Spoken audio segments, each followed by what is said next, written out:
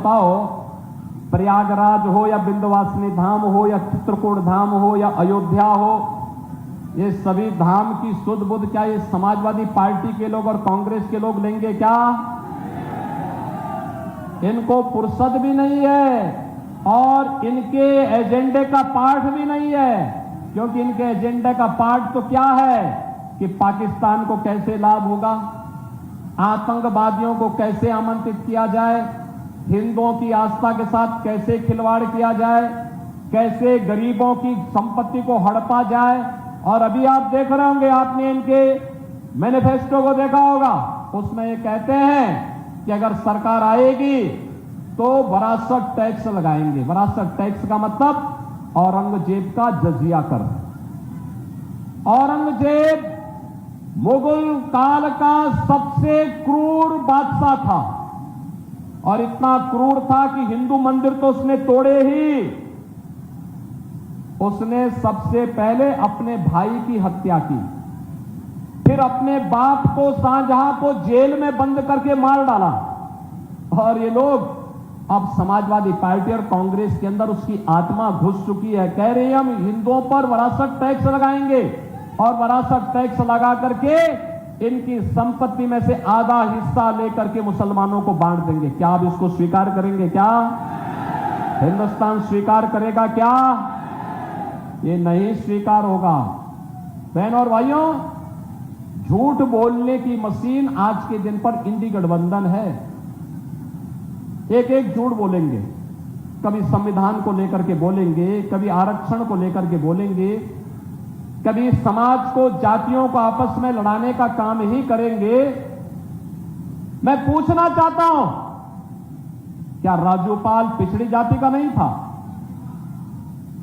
किस तरीके से निर्मम हत्या इसी प्रयागराज में हुई थी। एक अधिवक्ता उमेश पाल के साथ क्या घटना घटित हुई, किस तरीके से निर्मम हत्या की गई थी। और बहनों और भाइयों, उमेश पाल की विधवा जयापाल भी इस मंच पर आई है, वो भी न्याय मांगने के लिए आई थी। किसने इन माफियाओं को इतना अधिकार दे दिया? एक गरीब को, अपनी मेहनत से कमाने वाले एक गरीब को सरेआम गोली मारकर के हत्या कर दे और समाजवादी पार्टी बेशर्मी के साथ इन माफियाओं को अपने गले का हार बनाती है। आप आश्चर्य कर रहे होंगे, कोई गरीब मरता है, इनकी संवेदनाएं मर जाती हैं। परम राम भक्त कल्याण सिंह जी का निधन हुआ, समाजवादी पार्टी ने संवेदना के एक भी शब्द व्यक्त नहीं किए। और बहनों और भाइयों, अभी दूसरा माफिया मरा था, उसके घर मातम मनाने पहुंच गए।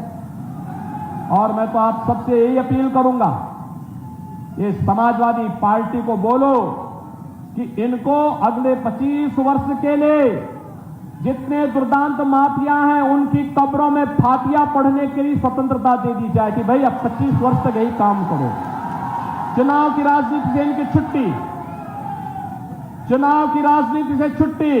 अभी वे आए थे फूलपुर में, दोनों लड़कों की जोड़ी, पब्लिक ही नहीं थी और बैरंग वापस चले गए। बहनों और भाइयों, अब लोग भी उनको सुनना नहीं चाहते, क्योंकि पब्लिक को पता है जनता सब जानती है और जनता को इसीलिए लोकतंत्र में जनार्दन बोला गया है। आरोप प्रत्यारोप करना, जब कोई इन पर कोई भी इनके पास जवाब नहीं होता है, कोई मुद्दा नहीं होता है, तब ये क्या कहते हैं? कहते हैं साहब सब कुछ तो ठीक हो सकता है, लेकिन साहब हमें एक चीज से डर लगता है। तो एक पत्रकार ने पूछा किससे डर लगता है? कहता साहब ये बुलडोजर से डर लगता है। बहनों और भाइयों, यूपी का ये बुलडोजर देश के अंदर आज हर माफिया के लिए भय का प्रतीक बना हुआ है।